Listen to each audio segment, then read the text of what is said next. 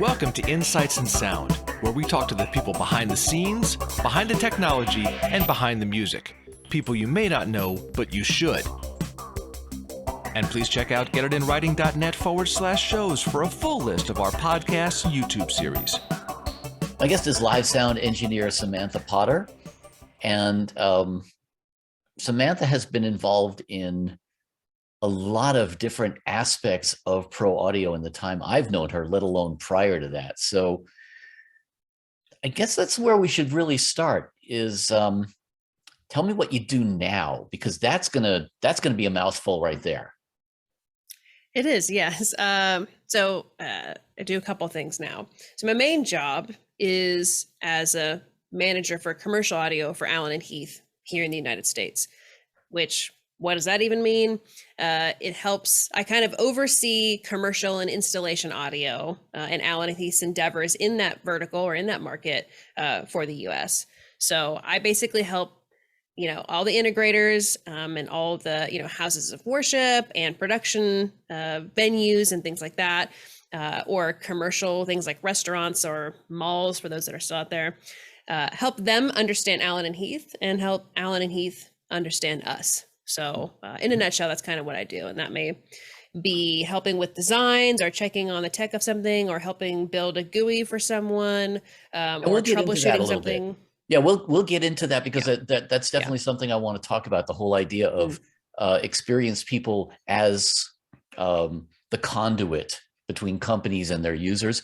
But you also do a bunch of other stuff, and some of that stuff kind of influenced even you coming into the position you're in. So, because I want to work my way backwards here and talk a little bit about your career and how you've gotten to where you are now. Yeah. All right. So we can start that walk backwards. So that's what I'm doing right now. But also alongside that, I am a senior editor at ProSound Web, and I help oversee our house of worship kind of education and development. So I help do Church Sound magazine and our educational tracks and all that good stuff. So I've been doing that, writing with them and doing the editorial staff kind of stuff for a handful of years now, probably 4 or 5 years. And then if we back up even further. Yeah, I think even longer than that. Yeah, I think it's hard to tell. What year is it even? So I've been doing that, and that's been amazing and sensational. And I love doing that just for the pure love of it. But then going back further, I've done a lot of production management and IT and production supervision, kind of like you said, Daniel, sort of, I have a lot of interest within the audio community, and I like learning a lot. So I just can't help but try to gather up as much knowledge as I possibly can. So whether it's working, I was at a really large house of worship for about 7 years, helping them do production stuff, and also working in the IT department, helping them look over some seminaries and things of that sort, and helping with their technology. And gosh, before that, or even during that, I was doing a part of a funk and an R&B band. And if we start heading into teenagedom and childhood, I was a classically trained musician who got really into computers in my early teens. So that's a common thread. That's really a common thread. Version. The creative side and the nerd side absolutely come out together. And but what I like about it, and this is something that I notice in most of us in our industry, is that you manage to merge a lot of those different things. And it's almost like, it's a combination of diversity. It's somewhere between diversity and short attention span. It's because we're all so fascinated by all these other things. And like you said, you always love to learn stuff. And especially, you talk about IT, which has now become such a big part of audio and video. It's where everything's going, and where it already is there. But, I think one thing that also strikes me is that you have really been involved in creating and nurturing this whole community thing of, all of us in it together. And that, I think, is also the benefit of where you came from, right? I mean, you started getting into things, you start meeting people, you start, again, being attracted by different interests and stuff like that. It all kind of makes us who we are, Totally. And, Sound Girls has been, for instance, like a huge part of just Hmm. my journey as an engineer. And I loved having that community when I started, sort of entered into the field. And now that I'm in it and I'm in some kind of a position, if I'm able to give back at all to somebody else, like I want to do that to the best of my ability. So I always try to make time to volunteer with them. And I started out, actually, my writing career was actually started out with them as well. I was blogging with them back in 2014 or something like that. So Yeah, that sounds about right. That sounds about right. And I know that, that, I mean, everything sort of reinforces itself. And that's one of the yes, things that, yes. a lot of the younger students are always asking, like, how do I get into a specific job? And one thing that I tell people a lot, and you are kind of living proof of it, is you can get into a job and it may not be the job you thought you'd get into. You can get into a job that may not be the job you think you get into, and eventually use that to get into another job. But it's Yes. a, it's a process of ongoing discovery in a way.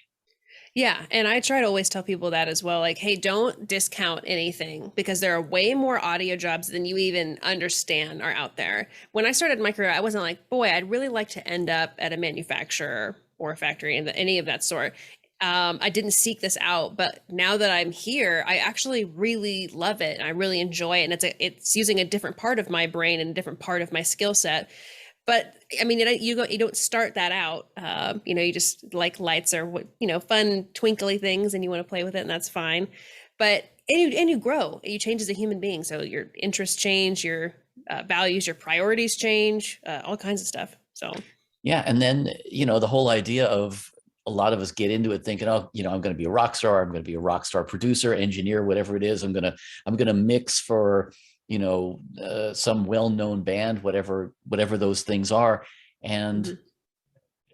I found, for me personally, I found that running into the opportunity to work with a manufacturer was not something that I necessarily expected, but it turned out to be really great, not just because, people are looking for a paycheck, but because they need you as much or more than you need them.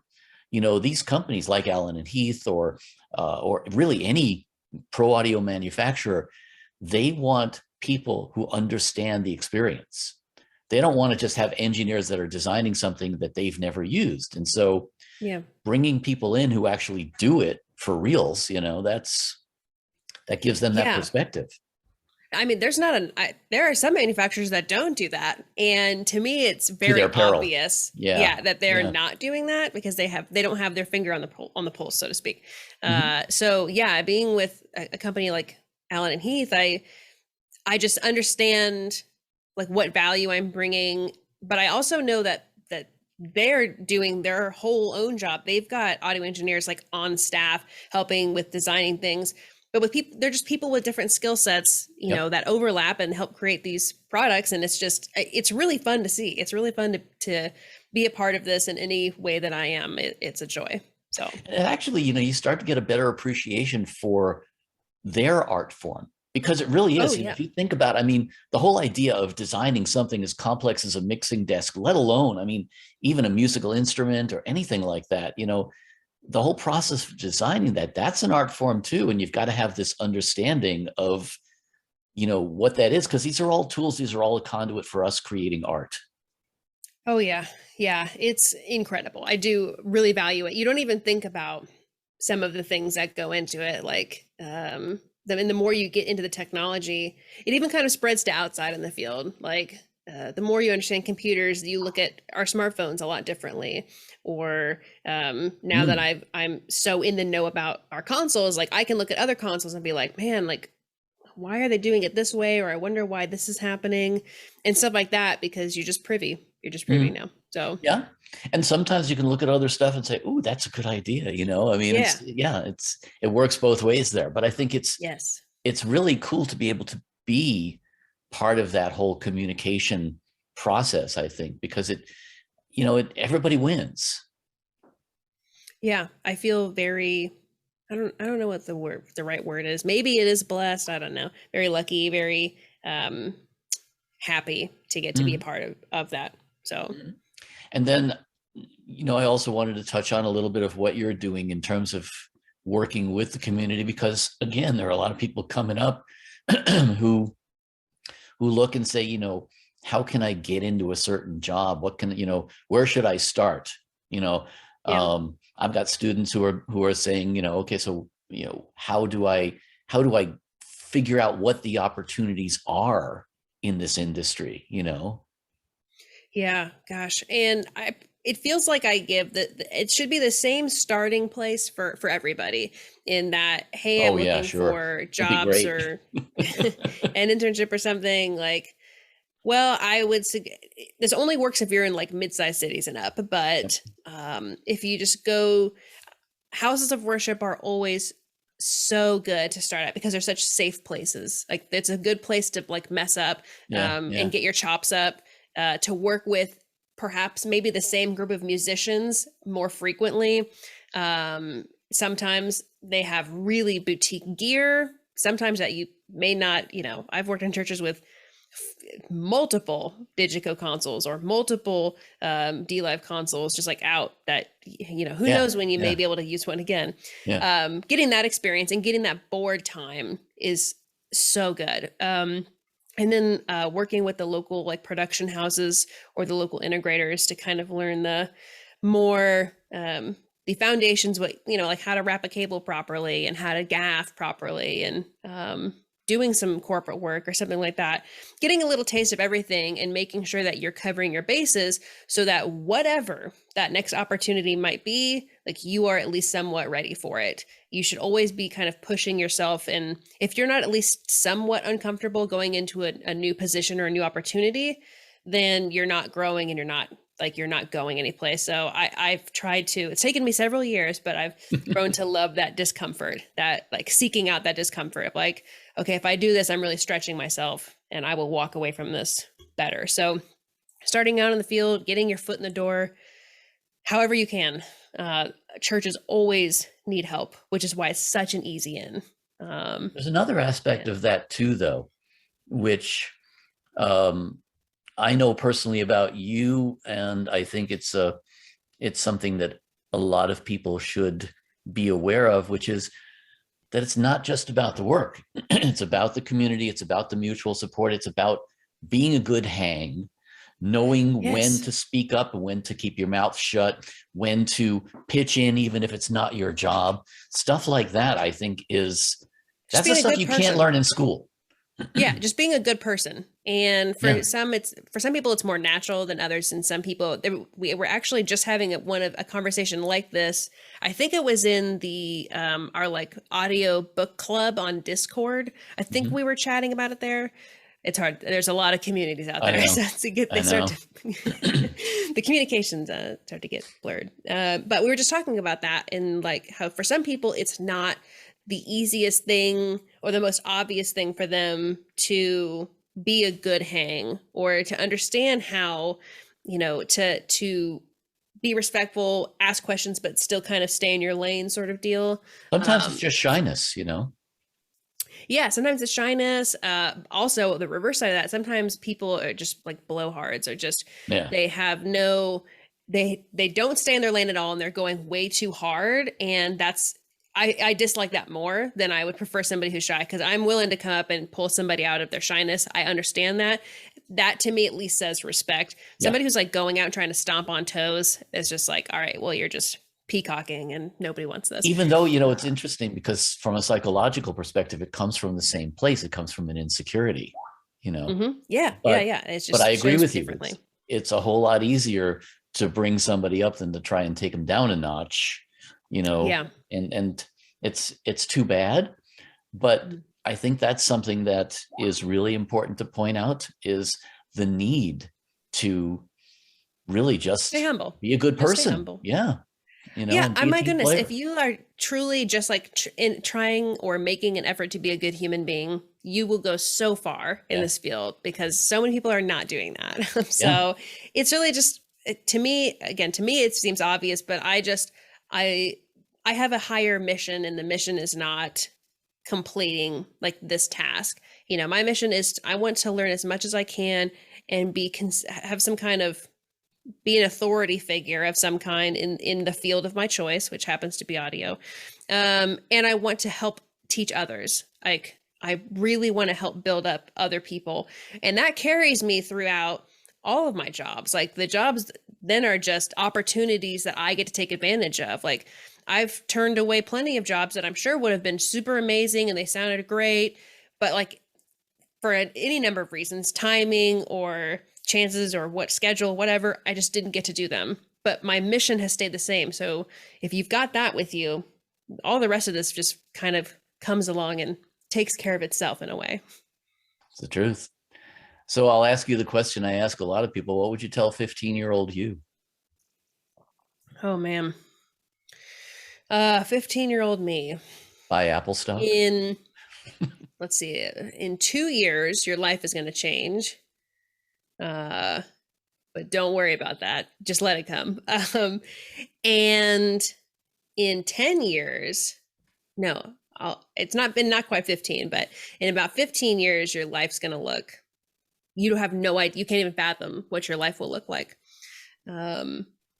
It's honestly kind of weird to look back because as a 15-year-old, young lady, oh my God. I've really only gotten a real grasp on my myself and who I am in the last like 5 years or less. It's just, it takes time to have confidence in myself and, self-esteem, things like that. And I still, struggle from things like imposter syndrome all the time. They're just getting fewer and further between now, which is a good thing. But at 15, I mean, my heavens. I was a good kid, but I was. Well, you're still a good kid. Yeah. Well, thank you. just a little bit older now. Yep. Yeah. Yeah. So nice. I think that's what I would say is I don't want to change anything, the good, the bad. I want it to all happen exactly the way it was. But if I could have given myself a little bit of mental relief, I would do that. So. Yep. All too typical. Being a teenager is fun. Yeah, I know. Well, Samantha Potter, thank you for being my guest. Oh, of course. Well, thank you for having me. This has been, I've seen the episodes. I see them come up on my feed, and you reached out and I was like, easy, done. Yep. Let's get this scheduled. So Absolutely. And I'm glad to have had you on. Thank you. Thank you so much. Hey, I'm Daniel Keller. Don't forget to hit the subscribe button and join us each week for Insights in Sound.